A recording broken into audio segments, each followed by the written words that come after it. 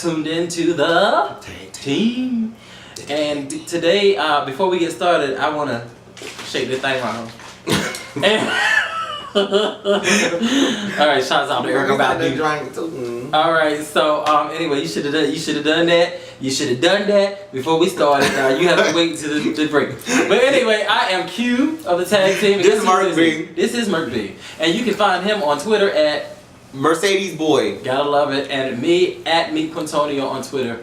And we just want to hear from you. I'm so excited about everybody hitting me up on Twitter. And shouts out to Education. Oh, what up? Jonathan and Dakota. And Dakota and Garrett. And Garrett. Ian, all you guys, just wanted to say what's up. So cool. Those guys are so freaking cool. Freaking cool. You gotta check us out. Check them out. Education. Yeah, coming up. So much fun. But anyway, so today, Merc, this is your topic today, right? What you talking about? You know, the topic I wanted to talk about today was double standards. This is the deal. Okay. Like, I was online a few weeks ago, and somebody I know online posted a picture of a young gentleman, not even a young gentleman, a baby, no more than, a pre-adolescent or a pre-teen, online, singing and performing his favorite Beyonce song. It was a boy? It was a boy! Okay, I was asking. Baby boy then. It's baby boy? It's baby boy. Okay. No, but it was a young boy. He was online performing his favorite Beyonce song, going all the way ham, going all the way in. We're going all the way ham. You mean like he was doing his thing, Beyonce thing, like, all that, like whatever Beyonce does, you know what I'm saying? So, and what was strange to me about all of that was not the little boy singing his heart out and performing Beyonce and doing all the affectations and letting his classmates know that he woke up like this and all of that. That wasn't the issue to me. The issue was the horrible and vitriolic commentary that came from the adults in regard to this young man posturing and performing like his favorite artist, of course, at his probably 8-9 years of age. Wow. Beyonce. And doing back bends and head toss. He was just, he was doing, he was, if you guys saw Drunk in Love, he was giving you everything that B was giving you in Drunk in Love while she was standing next to Jay. Like, giving all of that. But it wasn't, he was just performing the song as he saw it with the song. Right. Alright, so he saw himself with the song. No, see, that's what I'm talking about. You queens. Okay. Well, you queens. I'm just saying. Every fucking time it's a fucking inquisition with you bitches. I didn't say there was anything wrong with it. Hey, I'm just saying. Well, why you say it as he saw himself? Like, because I used to do that too when I used to watch Michael Jackson videos, and I used to perform Billie Jean, but I swore out I was freaking Michael Jackson when I was performing those videos, like moonwalking with the leather jacket and everything. I never had a Jerry curl. I never had a Jerry curl. Yeah, don't you judge no Jerry curl. But I knew that I was Michael Jackson and Billie Jean was not my lover. I knew that. I get that. Like, I performed as Michael Jackson as a youth. I also performed as Sade as a youth. And you thought I also performed as Patti LaBelle as a youth. And as an adult, you performed as Mary J. Blige, but we're not going to get into that. And I was very good. I was very good. You was very seasoned. I was very good. No, but, I felt like, I'm just gonna get to the point. I felt like my issue was that, young male children, for some reason, it is completely taboo for them to emulate female icons or look up to femininity. And not only that, I felt like the adults that were, making comments on the video, they were not viewing it from the standpoint of a child and not remembering how they did these things as children, right. and how they the meanings that they apply to these behaviors as a child, you never apply those behaviors to it. I felt like Beyonce for the young kids nowadays is like our Michael Jackson, and that everybody is going to want to emulate this person. I felt like if this were, 25, 30 years ago, has it been 30, 40 years ago at this point, if it were a young girl of the same age emulating Michael Jackson, there would be no reaction of repulsion or repugnance from others. And I think it just speaks back to the problem that our society has with femininity and the constant kind of push to label things that are feminine inferior. Do you think that's the issue, or do you think it's let's speak specifically to black culture, because I don't know if that was a white child, if it would have been reacted to in the same way. It could be the black community's fear of our young black men being homosexual. Once again, I think when we talk about fear of homosexuality, then when you kind of like peel back the layers, I think what it has to do ultimately with is the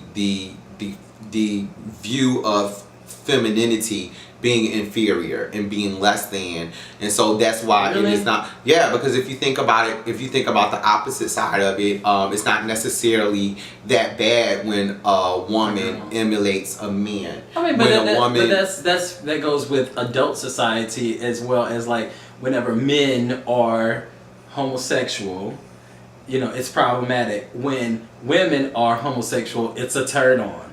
Like, I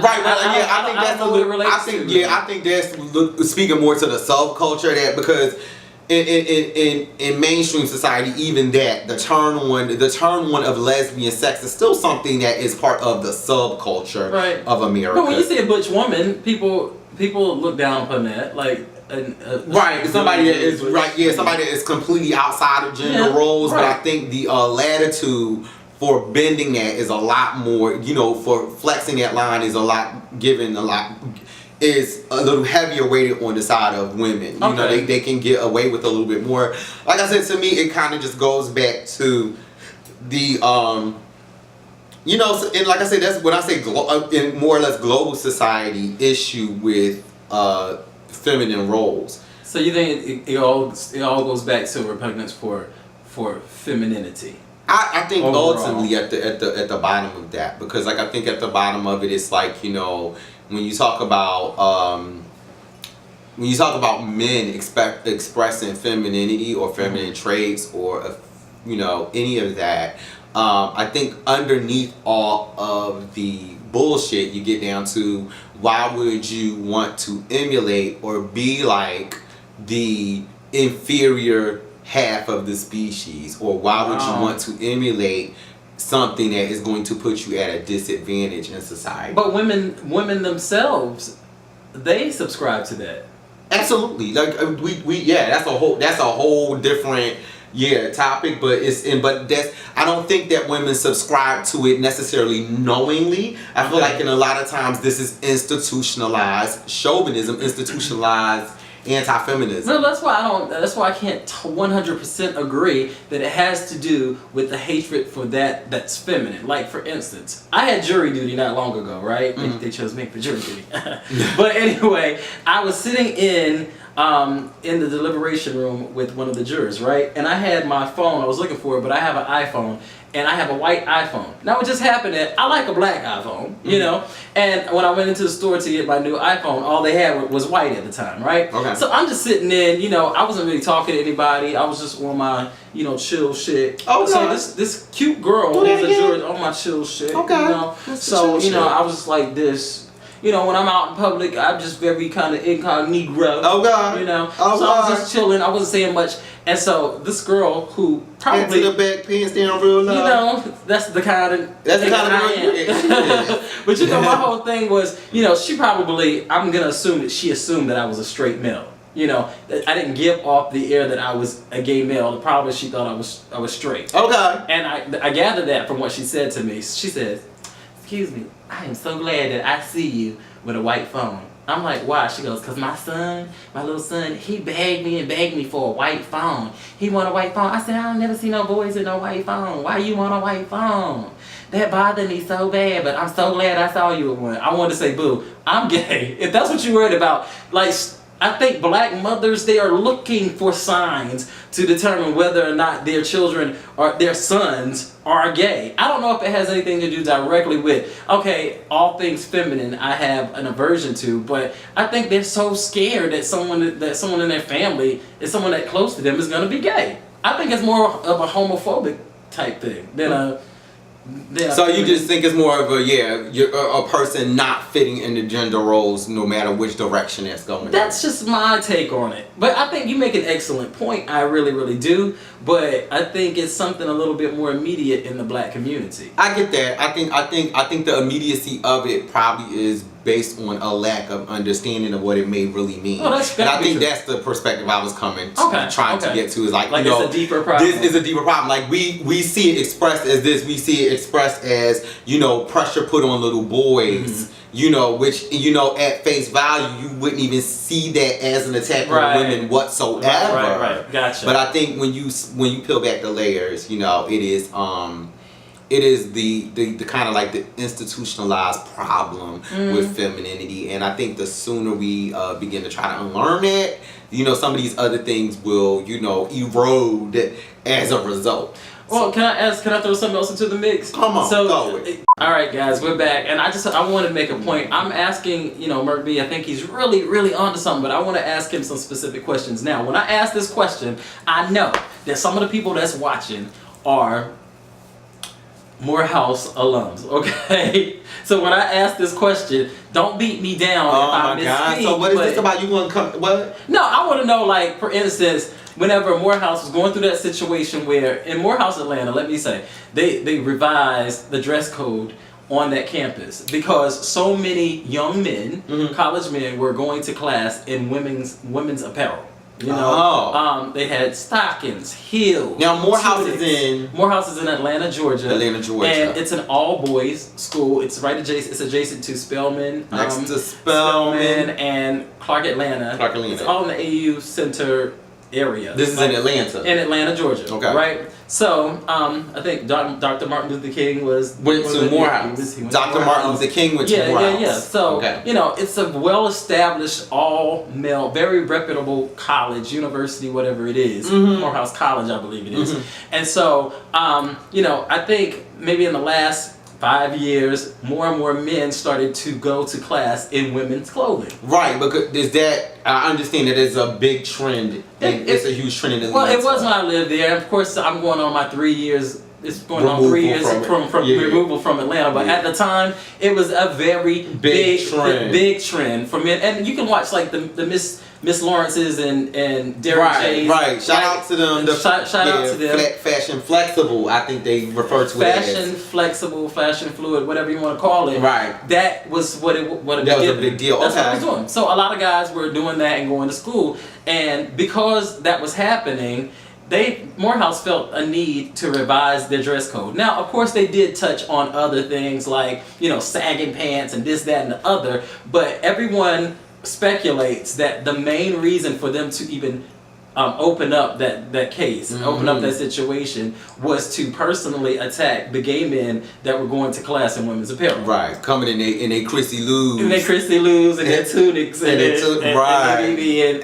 Ella Tahari. Yeah, you know what I'm saying? So, and what is the other ones they like to wear? The Giuseppe's under it. Okay, a little Giuseppe. The little Giuseppe Jonah. Right, so going off of your hypothesis, like, would you feel that if, you know, that was never an issue where the men weren't dressing up as women, but women were going to class in business suit, like with ties and tuxedos and, you know, men's apparel, wouldn't you think that would have caused as much of an uproar? I don't think it would have caused as much as an uproar. Okay. Like, they make a man's suit? Right. Do they make a woman's dress? I think not. No. And why? Well, I mean, the closest because I think like I said, I think the underlying, social construct is that masculinity is the standard. Okay. And so therefore, you know what I'm saying, emulating the standard will always be accepted. You know what I mean? Right. Emulating, the Queen's English is set forth as the standard, or as they call it, the King's English. You see how much English I know about English? Well, it's Queen at this point, because England doesn't have a king. It doesn't have a Okay. So it's the Queen's English. But see, even in light of that, the fact that England has not had a king for quite some years, and the going saying of that is still the King's English. It's not revised because maleness is the standard. Okay. And see, that's what I'm saying. So that's what I'm saying. Like when you have things like the men's, like the boyfriend shirt and the boyfriend jean, and these things, this is letting you know that this is the standard. You know what I'm saying? It's Are you a feminist? I am a feminist. Oh my God. Hold the fuck up. What? You didn't know? I didn't. You've known me for. You a feminist? I've been a feminist since we were 12. Get the out of here. What is wrong with being a feminist? Nothing. I didn't know you was a feminist. I just thought you were super gay. That's awesome. Yeah, no. Like I think the super gay part was first, but I'm definitely a feminist. I think anti-feminism is the original oppression. So that's why you support women, the women's rights movement, right? Yes. Yes, and that's why you don't succumb to like all the standards that male is always right and masculine is always right. But I think right? That's definitely right. Listen now, just let me talk now. Okay. Let me talk. I just want to say yes. Don't try to make a caricature out of me. Let me explain myself. But no, like I'm definitely I definitely think that it is important for men. And this is shout out to Laverne Cox. She said this on the episode of Huffington Post Live in reaction to the whole Mr. C thing. If you remember some of our earlier shows, that was one of our flagship episodes, the discussion of the Mr. C thing. But she said in one of the interviews that it is important for men to develop a feminist critique. Another thing I want to share, there's a TED Talks that's floating around on the Facebook. If you still do the Facebook, don't judge me. That's on the Facebook now with a gentleman by the name of Tony Porter, a New Yorker that has a non-for-profit organization geared. I think it's called A Call to Men, and one of the story that he tells, he gets his 15 minutes on TED Talks. If you are not familiar with TED Talks, get TED Talks in your life, bitch ass. I am going to repeat. Get TED Talks, TED, space, TALKS. Get TED Talks in your life, bitches. But anyway, he does a TED Talks, which are these 15-minute moments of enlightenment of important people in and around the world. And he talks about his growing up and a very dramatic experience that kind of forced him to try to better understand the plight of anti-feminism and the what women face and what men ultimately face as a result of anti-feminism. So I'm not going to tell you any details about that. Just remember Tony Porter, TED Talks, get it in your life, and you will understand a lot of the shit that I say. If you take it from that standpoint. But yes, I am. I mean, to tell you, I am a feminist. I think that most men, and I don't. That's gay or straight. I'm not singling out any particular type of men. I think most men nowadays, it would help them and us if they learn to access and develop a feminist critique and to look at the world through eyes beyond the standard of masculinity. Well, I think that's true. You know, I don't think that you should look at the world from any gender perspective. Honestly, I think that you should look at it from a human perspective, and that was easy for you to say with cock and ball swinging.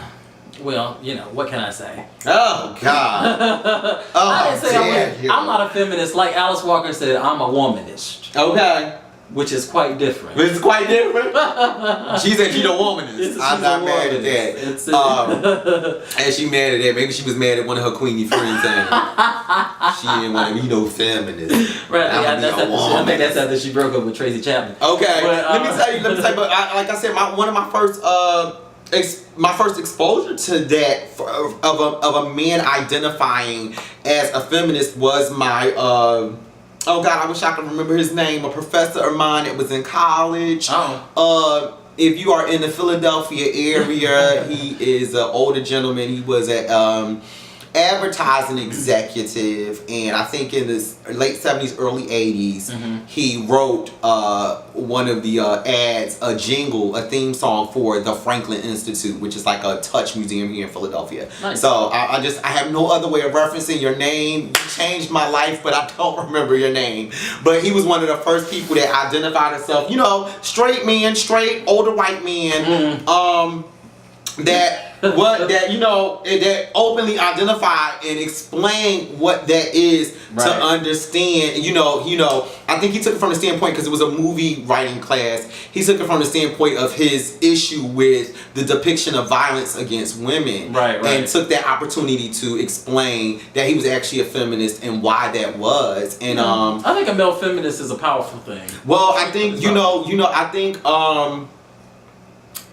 I think this, I'm going to get a little emotional. I think that it is a more authentic expression of love and humanity.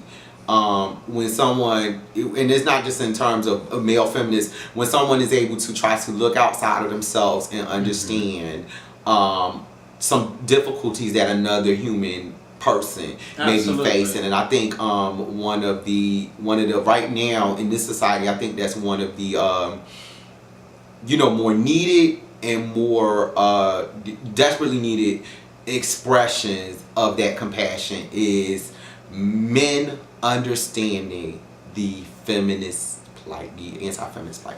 Okay, I get it. I mean, like I said, I still. What would you start talking about? We talking about double standards? Double standards, yeah, but this is very much on topic. I mean, I just think that, of course, double standards not to exist. I think that we should look at it from a human standpoint, like a human perspective, not so much a male or female perspective, that we're all humans regardless. We're all human regardless of what gender we are, what sexuality we are.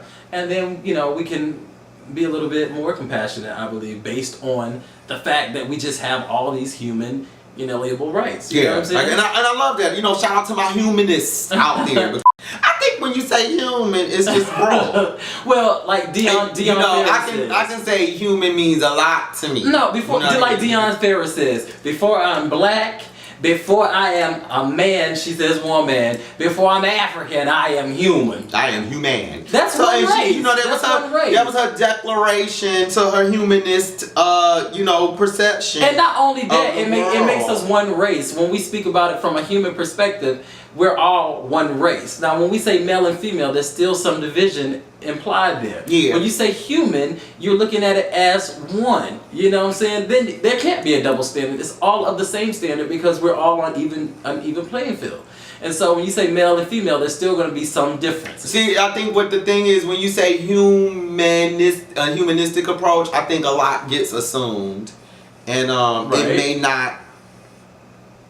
I think it gives you the opportunity to ignore the differences when you say, "Oh, we're human," so I don't have to. It gives you that opportunity to ignore what those things are. You can villainize and antagonize any way of thinking, but I'm thinking if you're a true humanist, then you understand that everyone has a right to be who they are in their own skin, and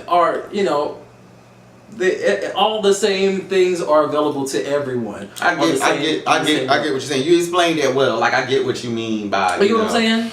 understand that everybody should have the right to be. Yeah. But I don't know in terms of when you're watching, you know, a young 8-year-old, you know, rock a dress and, you know, dance like Destiny's Child, if you apply that same perspective. Well, I think because we're that's a human baby. No, we're so that baby, but we're he's socialized being in a human. certain way. You know, we're socialized. We can't forget that. What do you mean by that? I mean, because we're socialized to think that when we see a little boy dressing in women's clothes, I mean, the first reaction for the majority of people, maybe not me and you, is like, we getting ready to have some issues. We gonna have some issues. Or he gonna be gay. Or he gonna be, and it could be, you know. That line of thinking, it goes right back to what I was saying initially, that you probably wouldn't do that if a little girl was jamming to her favorite Waka Flocka song and shaking her hair like Waka, but you would do it to a little girl. So that takes it back into the arena of masculine versus feminine, and the fact that you look at one as negative and the other as inconsequential or even positive in some cases. I think it generalizes to some degree, because I think that, whenever you see a little girl who likes to climb trees and who likes to wear blue jeans and don't like to put on makeup, don't play with dolls, you're like, oh, she's a tomboy, that's cute, she'll grow out of it. But there are mothers that are concerned, like, okay, you know, we need to make her a little bit more feminine. Some of the, I gotta be honest, some of the mothers find comfort in her being a tomboy because they're not scared that she's gonna get pregnant at a young age, you know. But when you see a little boy who is dressed up or putting on his mama's clothes, or, you know, acting like he's Beyonce in the mirror twerking, you get somewhat nervous. You get nervous. I mean, I'm speaking for all those mothers out there, those black mothers. I'm not saying that you should. Yeah, you shaking your head over there. Right, but so you shouldn't, if you saying that you shouldn't even be presenting I didn't say that you should. Scenario. No, I'm a realist. Okay? I'm a realist. This is what is going on. I'm real too, and my real side of that is, bitch, you fucked up, and then you need to get into that you know it's fucked up that you doing that to children. I don't care what anybody says at this point. Trust me. I agree with you. Like, they should be feel free to be who they are. It goes so much deeper than having an issue with the child emulating a female icon or whatever. It goes so much deeper than that, and that is the problem that I have with it. I'm like, you know, a lot of women may not realize that your behavior and your aversion to that is also self-destructive to you as a woman, and your ability to move through, interact in the world. Like, you have to unlearn some of that dogma because it is not your own. It was given to you by chauvinistic men. You have to realize that shit. That shit, and because you're thinking it's the standard, and because it's been that way for so long, we have a tendency to say, oh, well, that's just the way things are. I totally agree. Bitch, we're all intellectual people, and we can think for ourselves, and you can see when something has a negative effect. You know what I'm saying? And I get. Now I get on the other side of it, I get the parents that want their children to have the best chance in social settings as well as educationally and all these other aspects. So I understand the fear that surrounds, you know, your loved one not fitting in socially for a number of reasons. You know, sexuality is what we talk about here on the tag team, so that's the particular thing that we're talking about. You know, we could be saying this in terms of religion and all kinds of other things, but I understand the fear of, you know, your son or daughter, you know, being at a social disadvantage. I think even when I came out to my parents, I think that my dad's issue was more or less, you know, the social ramifications of it.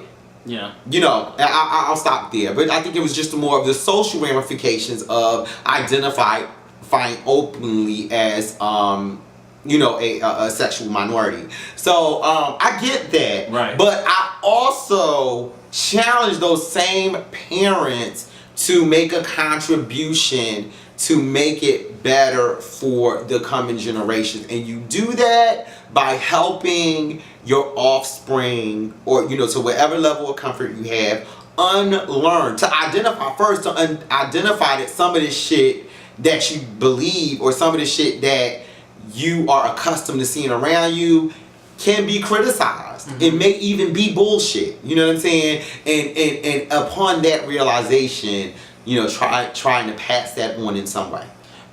I think you should check out the song by Madonna, "What It Feels Like for a Girl." I think everything I was saying was in the name of that. It was in the name of that. That's a good song that sums it up. It kind of sums it pretty up. much what Merc B is saying. But anyway, I think that's really good. We'll stop there. Love to hear from the viewers, how you guys feel about it, because I know there are a lot of viewers that agree with what Merc B is saying, but then there's some viewers that say, fuck that. There shouldn't be no little boy 9-year-old twerking his ass to some damn Beyonce. Right. And we want to hear from you guys. We do. I want you to holler at me. You know, so hit us up, and if we need to open it back up, we can always do that. Then so be it. But I think we both agree pretty much. I agree with everything that you said. You know, like I said, I think the more immediate issue is the fear of homosexuality. I think everything is that. Is basically rooted in that. Right. But you think it's a little deeper, which could have some merit to that. I love it. Anyway, y'all, we really appreciate you listening. Can't wait for your comments. You want to say something? I just want to say, once again, you guys are the best. I thank everybody for watching. I swore I see every last one of y'all that takes the time out to F with the tag team. That's right. It's a beautiful thing, and I just, you know, I am never going to get tired of thanking you for your support. It has been such an inspiration. Yes, a look at your neighbor and say, neighbor, you're such an inspiration. Yep, and you guys keep subscribing, you know what I'm saying? Want to, you know, more and more subscribers, we can do more things. Tell a friend. We can come out to your town. Yes. Hit your club. Yes. Hit your parties, your events. All that. We want to see you guys. We do. We want to talk shit with you. Yeah. And you know, some of this shit we saying, sometimes we want some of that real time feedback. You know what I mean? So, you know, if I'm right, I'm right. If I'm wrong, I'm wrong. And I like to hear it from you sometimes. So we are going to try to start, you know, getting involved more with your communities and coming out and doing a little bit more appearances so you guys can actually interact with us. You know, like you're right here with the tag team. So once again, this is Mercedes B, Merc B, Mercedes Boy, at Mercedes Boy on Twitter. At Mercedes Boy on Twitter. And I'm Q, at me Quintonio on Twitter, and we will see you next time. Love ya. Love you. Peace. Peace.